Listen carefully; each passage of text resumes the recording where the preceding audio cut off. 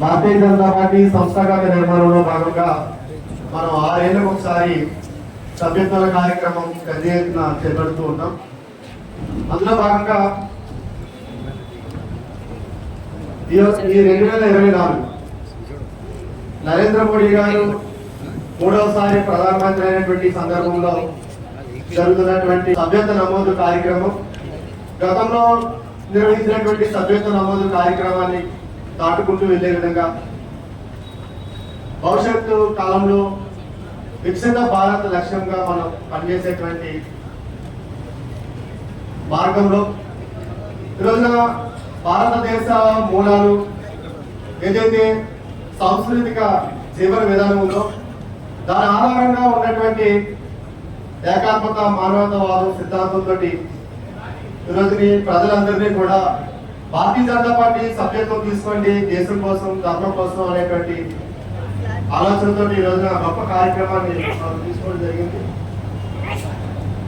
ఈ యొక్క కార్యక్రమం మనం ఏ విధంగా ముందుకు వెళ్ళాలి, ఇందులో మోర్చాల యొక్క బాధ్యత ఏంటి, మన లక్ష్యం ఏంటి, మనం అందరం కూడా పనిని ఎలా ఎంచుకోవాలి, పెద్దలు ఇచ్చినటువంటి లక్ష్యాన్ని ఏ విధంగా చేరుకోవాలి అని చెప్పేసి అంశాల మీద ఈ రోజున రాష్ట్ర వ్యాప్తంగా కార్యశాలలు జరుగుతున్నాయి.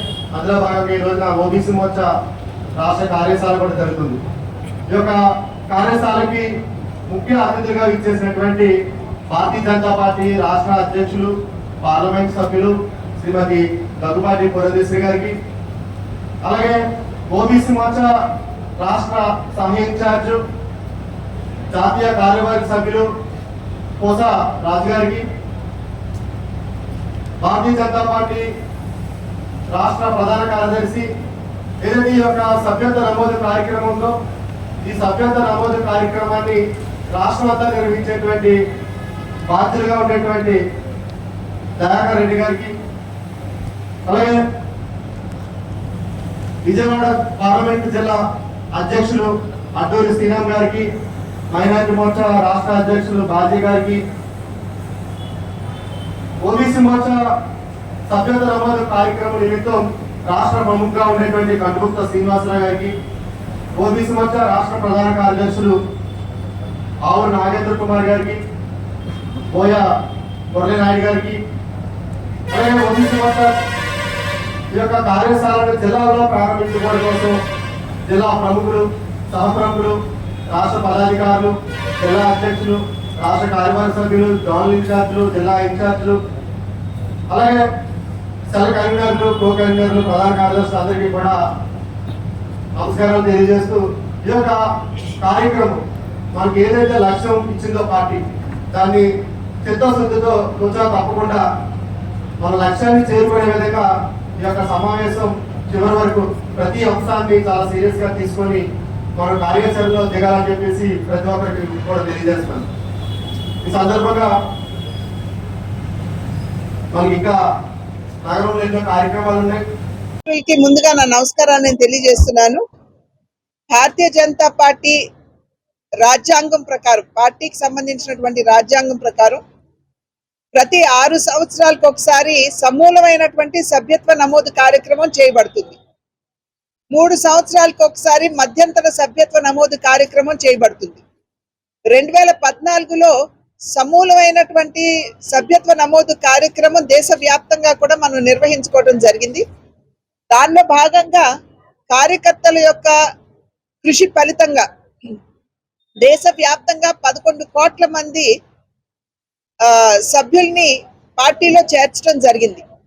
ఆ తర్వాత 2019వ సంవత్సరంలో జరిగినటువంటి మధ్యంతర సభ్యత్వ నమోదు కార్యక్రమంలో సాధారణంగా ఇంకొక 10% అదనంగా తెచ్చుకోవాలి అని చెప్పి భావించి 2.5 కోట్ల మందిని అదనంగా చేర్చుకోవాలి అని చెప్పి ఒక లక్ష్యాన్ని నిర్దేశించుకున్న కార్యకర్తలు ఉత్సాహంగా కిందకు వెళ్ళి ప్రజల్లో మమేకమై భారతీయ జనతా పార్టీ అధికారంలోకి వచ్చిన నాటి నుండి దేశ అభివృద్ధికి, అదేవిధంగా ఆంధ్ర రాష్ట్ర అభివృద్ధికి ఏ విధంగా సంపూర్ణంగా అంకితమై ఉన్నది అనేటువంటి విషయాన్ని ప్రజలకి తెలియజేసినప్పుడు దేశవ్యాప్తంగా అదనంగా 7 కోట్ల మందిని సభ్యులుగా చేర్చడం జరిగింది.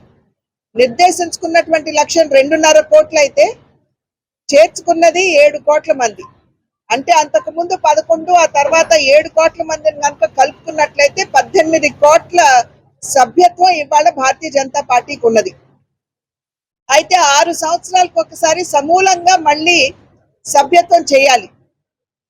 2014లో జరిగిన తర్వాత మళ్ళీ కొంతకాలం ముందు చేయవలసి ఉన్నా కూడా కరోనా రావడం, ఆ తర్వాత ఎన్నికలు రావడం కనుక జాతీయ అధ్యక్షుడు నడ్డా గారి పదవీ కాలాన్ని పొడిగించి ఎన్నికలైన తర్వాత సభ్యత్వాన్ని నమోదు చేయాలి అని చెప్పి పార్టీ నిర్ణయం చేయటం జరిగింది, తీర్మానం చేయటం జరిగింది. ఆ తీర్మానానికి అనుగుణంగా ఇప్పుడు సభ్యత్వ నమోదు కార్యక్రమాన్ని ప్రారంభించబోతున్నాం. 2014వ సంవత్సరంలో ఆంధ్ర రాష్ట్రంలో 27 కోట్ల మందిని 27 లక్షల మందిని సభ్యులుగా ఆనాడు చేర్చుకోవటం జరిగింది. మళ్ళీ తిరిగి 2019వ సంవత్సరంలో జరిగినటువంటి సభ్యత్వ నమోదు కార్యక్రమంలో ఇంకొక 8 లక్షల మందిని చేర్చుకోవటం జరిగింది. కనుక ఇవాళ ఆంధ్ర రాష్ట్రంలో దగ్గర 37-38 లక్షల మందితో సభ్యత్వం భారతీయ జనతా పార్టీ కలదు. ఇవాళ మళ్ళీ సభ్యత్వాన్ని చేయబోతున్నాం. సెప్టెంబర్ 1వ తారీఖు కల్లా ఎవరైతే భారతీయ జనతా పార్టీలో ఇప్పటి వరకు సభ్యులుగా ఉన్నారో అందరి సభ్యత్వం రద్దయిపోతుంది. సెప్టెంబర్ 2వ తారీఖున సాయంత్రం 5 గంటలకి నరేంద్ర మోడీ గారు మొట్టమొదటి సభ్యత్వాన్ని వారు భారతీయ జనతా పార్టీలో తీసుకుపోతున్నారు. నడ్డా గారు వారికి సభ్యత్వాన్ని అందివ్వబోతున్నారు. మోడీ గారు సభ్యత్వం తీసుకున్న వెనువెంటనే రాష్ట్ర స్థాయిలో కూడా రాష్ట్ర అధ్యక్షులు, ముఖ్య నాయకులు రాష్ట్ర స్థాయిలో తీసుకుంటారు. ఆ తర్వాత 3వ తారీఖు నుండి జిల్లాల్లో జిల్లా అధ్యక్షులు, అక్కడ ఉన్నటువంటి ముఖ్య నాయకులు తీసుకుంటారు. మోర్చాలకు సంబంధించి కూడా ఆ రోజు సభ్యత్వం తీసుకోవడం జరుగుతుంది. ఏదైతే భారతీయ జనతా పార్టీ సర్వవ్యాపి సర్వస్పర్శి అని విశ్వసిస్తుందో, అంటే సుదూరమైనటువంటి ప్రాంతాల్లో కూడా భారతీయ జనతా పార్టీ కార్యకర్త ఉండాలి అనేటువంటి సంకల్పంతో భారతీయ జనతా పార్టీ పనిచేస్తున్నటువంటి సందర్భంలో ప్రతి బూత్ లో కూడా భారత్ మాతాకి జై అని నినదించేటువంటి కార్యకర్తల్ని సభ్యులుగా, ప్రజల్ని సభ్యులుగా ఇప్పుడు భారతీయ జనతా పార్టీ కార్యకర్తలు చేర్చుకోబోతున్నారు. అదేవిధంగా సర్వస్పర్శి అంటే కుల మత వర్ణ వర్గాలకు అతీతంగా ప్రతి ఒక్కరికి కూడా భారతీయ జనతా పార్టీ సిద్ధాంతం, భారతీయ జనతా పార్టీ ఏ విధంగా అవినీతి రహిత పాలన, సమర్థవంతమైనటువంటి పాలన దేశానికి అందిస్తూ రాష్ట్రానికి తన సహకారాన్ని సంపూర్ణంగా అందించినటువంటి నేపథ్యంలో రాష్ట్రంలో కూడా అన్ని వర్గాల్లోకి భారతీయ జనతా పార్టీని తీసుకెళ్లే దిశగా కార్యకర్తలు అందరూ కూడా పనిచేస్తారు. కనుక సెప్టెంబర్ 2వ తారీఖు నుండి దేశంలో అదేవిధంగా రాష్ట్రంలో కూడా సభ్యత్వ నమోదు కార్యక్రమం జరుగుతుంది. దానికి సంబంధించి ఇవాళ ఓబీసీ మోర్చా వారు ఈ కార్యశాల నిర్వహించుకోవడం జరుగుతుంది. ఓబీసీ మోర్చాలో ఉన్నటువంటి పదాధికారులు ఏ విధంగా ప్రజల్లోకి వెళ్ళాలి అనేటువంటి విషయం ఇవాళ నిజంగా చూసినట్లయితే ఒక బీసీని దేశ ప్రధానిని చేసినటువంటి ఘనత భారతీయ జనతా పార్టీకి దక్కుతుంది. నరేంద్ర మోడీ గారు గాండ్ల ఆ కులాల్లో వచ్చినటువంటి వారు బీసీ కులానికి చెందినటువంటి బీసీ కమిషన్ కి సాధారణంగా ఎస్సీ ఎస్టీ కులాల్లో ఉన్నటువంటి బిడ్డలకు అన్యాయం జరిగినట్లయితే వారు వెళ్ళి ఆ కమిషన్ల దగ్గర న్యాయం చేయించుకునేటువంటి అవకాశం ఉండేది. కానీ బీసీ కమిషన్ కి చట్టబద్ధత లేదు.